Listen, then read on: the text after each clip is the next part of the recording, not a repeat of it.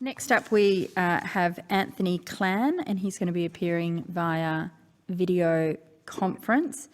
I understand we've got him on the line.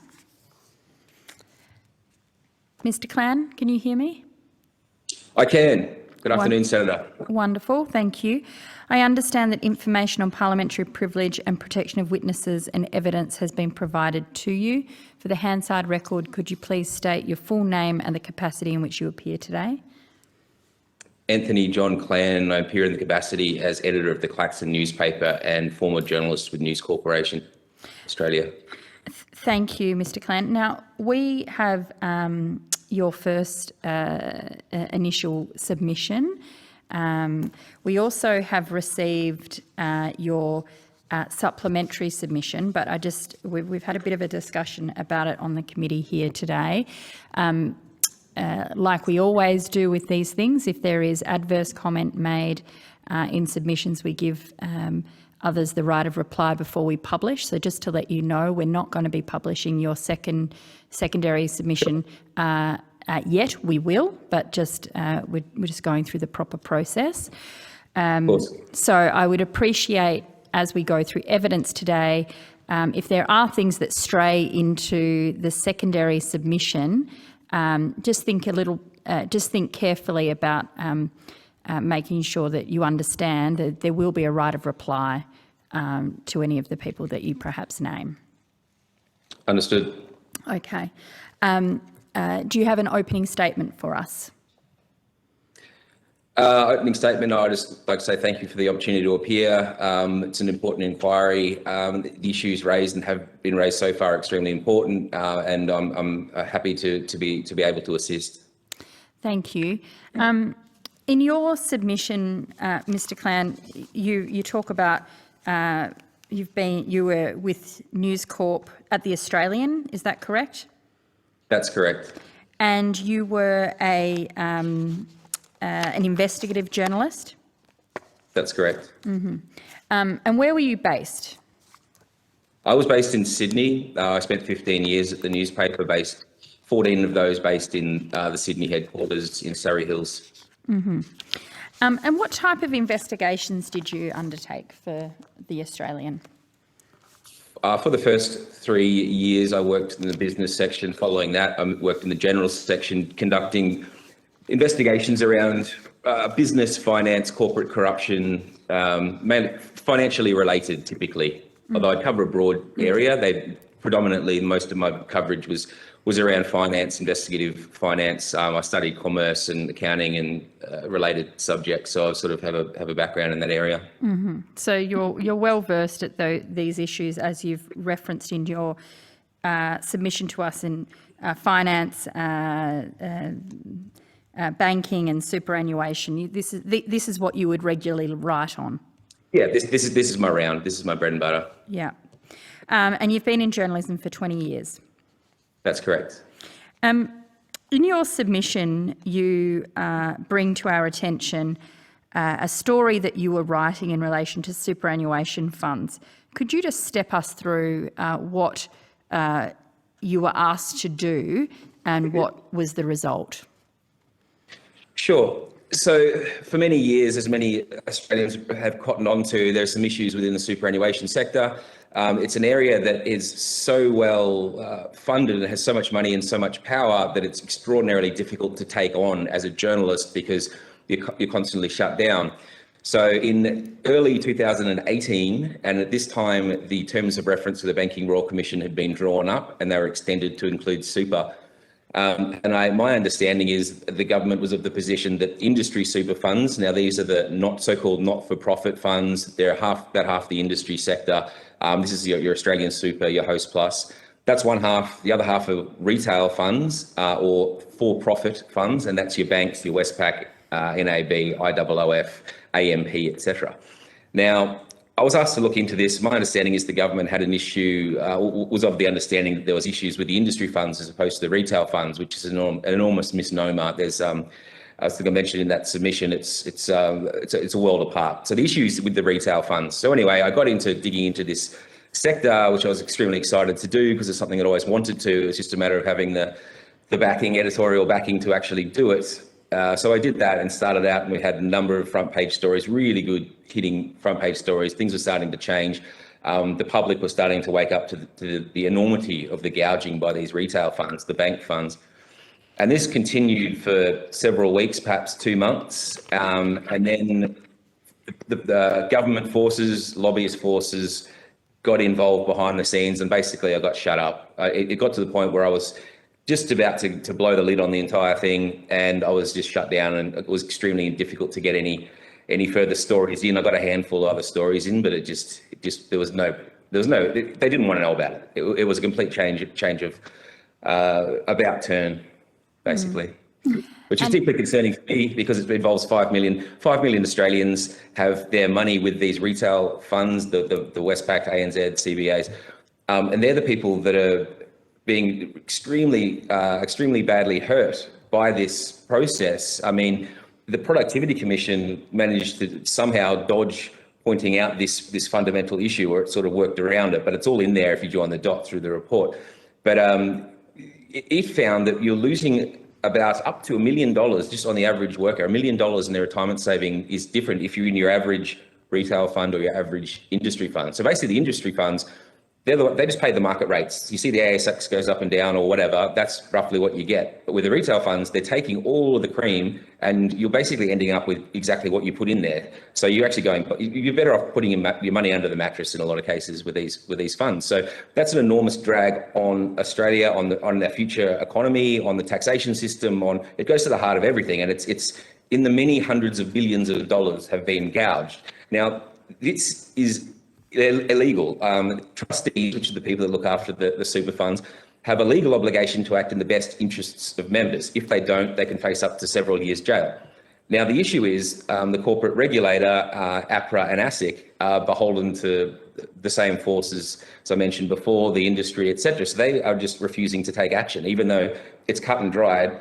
Westpac's, for example, gouged $8 billion through its BT fund over the past decade, as I've written about. But nothing's happened, and we published that 5 months ago on my site, or 4 months ago on my site, and we put pressure on the regulators, but not a word. And this is the story that I couldn't get out while I was at the Australian. It was spiked for no reason. Westpac BT came in, and that was the end of it. So, and that was sort of one of the reasons I ultimately departed. In your submission, you go to the fact that you were called into a meeting. So after writing this story about BT and Westpac, of which you had been told by superiors that it was a very good piece of writing, you say it had already been to the legal department and it had been legaled, and then you were called into a meeting with editors and a representative from Westpac. It was a meeting. Sorry. I was just yeah. No, you go. Just to clarify there. So there was a meeting with 3 top editors in one of the editor's office, and there was a conference call with half a dozen or more, maybe even a dozen Westpac executives and members. So they were very concerned about it. And then, so there was a conference call. Okay, It was a conference call with numerous members from Westpac on the call.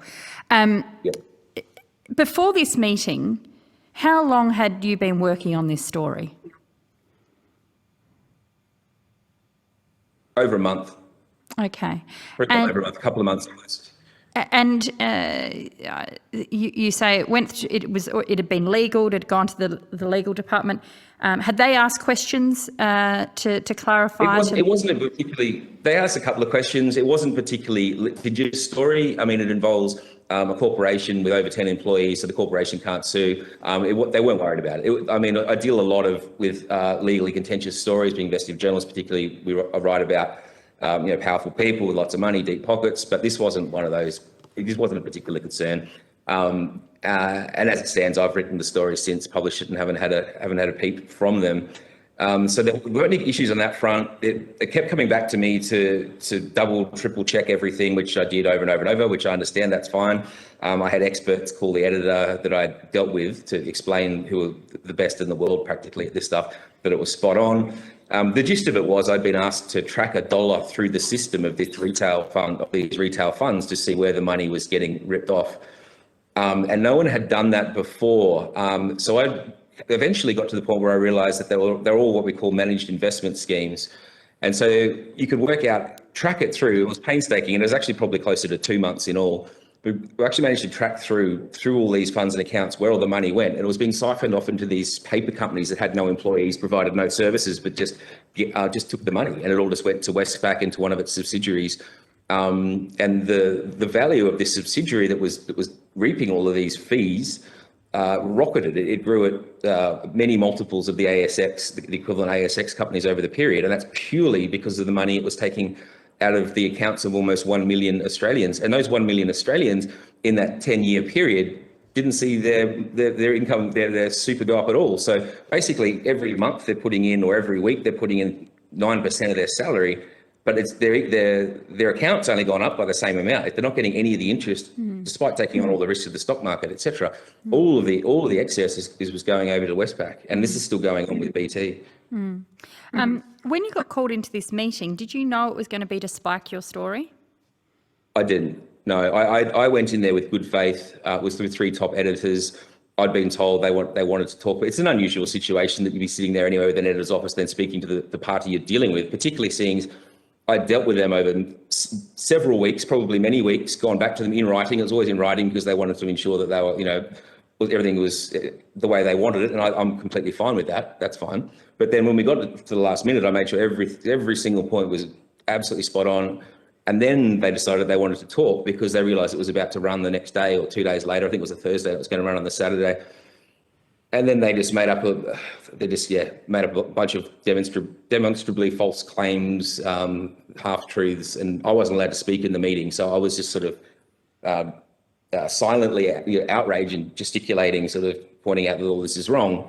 But then it sort of became apparent to me, and it obviously became apparent to the one most senior editor, and the 2 others were sort of just looking at the ground. And they realised what was going on, obviously, before I did, and they were just not engaging at all. And then 2/3 of the way through, I realised it was a stitch up, and it was just a way for the editor to spike the whole thing. And BT at the time was spending money with the paper, and I suspect they spent a whole lot more on the back of this. And this is often how it works, is my take. Big corporates are just paying, can just buy outsized clout within newspapers. But I won't stray too much into that. So your contention here is that it was inconvenient. It was an inconvenient story to have run for somebody, for a company that was taking large amount of advertising out in the newspaper. As your colleague mentioned before, he who pays the piper calls the tune, and that was exactly what's going on there. Which is the big problem with that, is you have a media organisation or a couple of media organisations that pretty much run the show in Australia. And if they get together and just refusing to run this, then you've got 5 million Australians getting robbed blind day after day, and we can't tell them about it because there's no avenue to get it out there. Which, as an investigative journalist and civic-minded person like most of us, it's quite terrifying, really. I mean, not to be able to get this information out in a democratic country such as Australia is quite a concern. Senator Carr, do you have? Can I be clear? I mean, who was the editor that you're talking about? This editor was John Lehman, editor of The Australian at the time. He's now executive editor of The Australian. Right. Okay. So are you suggesting that there's an association between the executives of News Corp and the executives of Westpac? There's an association. Yes, there's an association. I mean, it depends how you define association, but for example, when I spoke to Lehman several days before this, he said, we'll just ring up and, put it to Maxted, or put it to the chairman, or put it to the CEO. Like, he was obviously, or appeared to be on very close terms with him. We put it to him at the races or something, I believe he said. So at the races, so you're thinking, what's this, a social network? What's the nature of the relationship in your judgment? I don't know what the relationship was. My understanding was it was a social relationship of some kind. Perhaps he was being flippant, but I suspected he knew him as a through the races, I guess, through a social arrangement. Yes. Yeah. Okay. So you're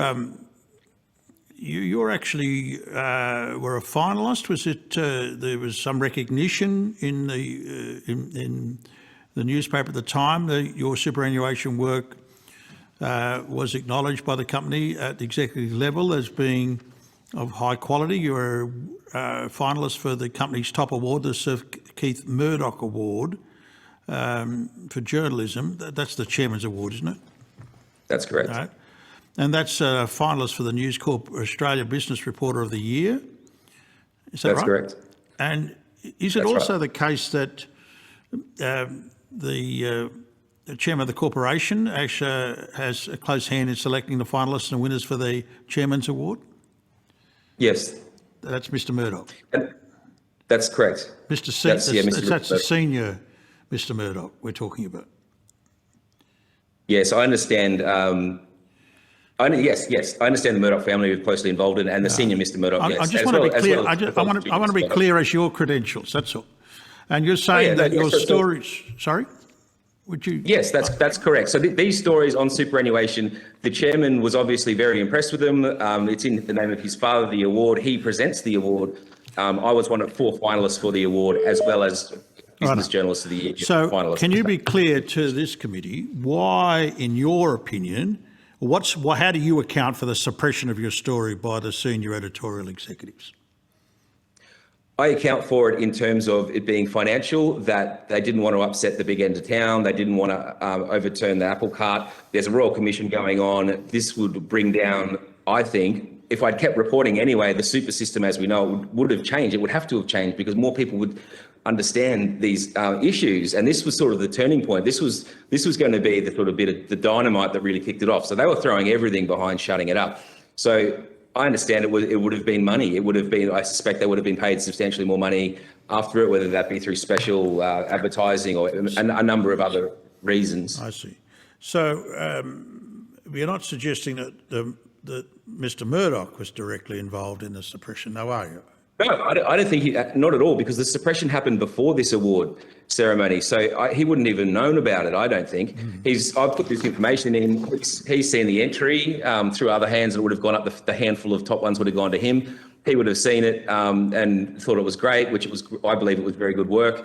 But he wouldn't have been aware of that. It would have been the editors below him. I mean, the editors below him, he's not going to be across that minutiae. No. And if he were, he wouldn't have selected it to be in the top of the awards. I just want to be clear about how it works at News Limited. Sure. So does it work on the basis, because it's often said to us that the editors don't get directions and instructions from on high, that they make these choices at each of the individual newspapers. So this is your experience in this particular case that would fit that line of argument? I wouldn't agree with that line of argument, but in this particular case, that would suit that line of argument, right. Yes. And that's the case, was it? But you don't agree with that line of argument. Why wouldn't you agree with that line of argument? Well, it's statistically impossible. I mean, how could every single day all the columnists wake up with the same point of view and have the same angle? And I mean, you could run a regression analysis. They're remarkably patient individuals. I mean, I presume that's the way. Isn't that how it works? My experience hasn't been that. If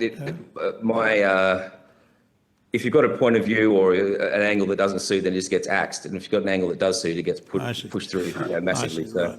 Well, you mentioned that you fact-checked your material several times, you said. I thought, was that? That's correct. Wouldn't you fact-check your material as a matter of course? Yeah, always.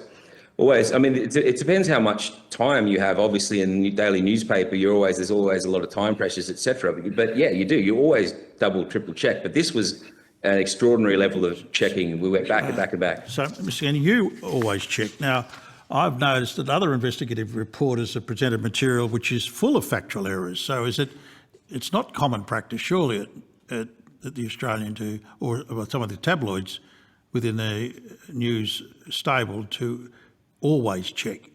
That can't possibly be true. I don't know that there are many investigative journalists in the tabloid stable at all. I can't think of any. I see. Is it you can't think of any? That's a matter of terminology. All right. Well, I won't go too far into that. I just want to be clear about how your direct experience, you were required to fact check. That is your standard. That's your professional approach to your journalism. Is that right?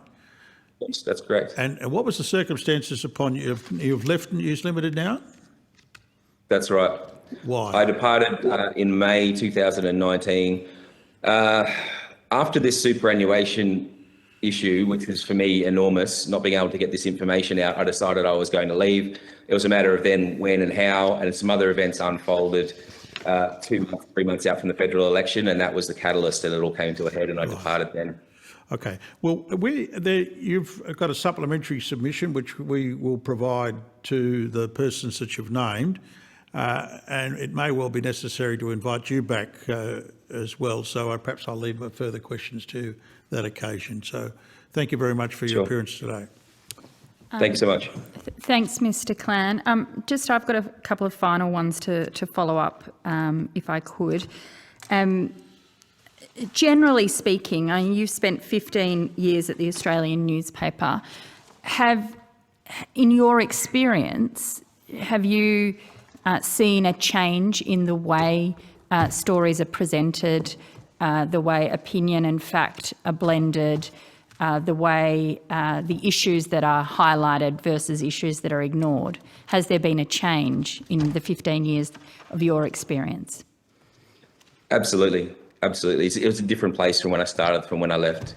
And I mean, there was always things that one would feel uncomfortable with, but it was nearly unrecognisable, the difference. And the level of unethical behaviour, in my view at least, or what would we gauge the view of the Media Entertainment Arts Alliance Code of Ethics, etc., was extremely high. But before the election, the things that unfolded were extremely concerning and in my opinion, highly unethical, yes. What are the things that you're referring to in terms of before the 2019 election? Well, much of this is covered in the supplementary statement, so I don't know how much you want me to veer into that. No. Okay, we might have to get you back. Could I ask, have you seen a particular attitude towards women in leadership at the Australian in your time? Have you got any reflections on the way the Australian has written, reported? You mean reported on or within the organisation? Reported on, I was thinking.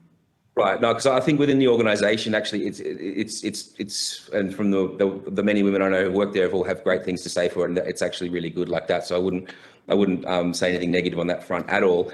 Regarding women in power, it's not. I can't say that I have seen that. No, but well, actually, yes, I have seen that. Come to think of it, it's not something I've cast my mind to recently, but certainly female reporters, female politicians have come under a lot of attack. I've noticed, yes.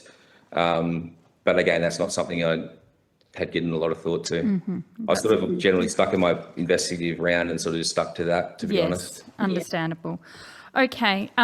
Look, Mr. Klan, we will consider your supplementary submission, and we might need to get you back to answer some questions in relation to that. Okay, sure. Thank you so much for giving us your time today. Thank you very much, Senator. Thank you. That concludes today's proceedings. I'd like to thank all of the witnesses who have given evidence to the committee today, as well as to Hansard Broadcast and the Secretariat. Our next hearing will be on the 12th of April. Thank you.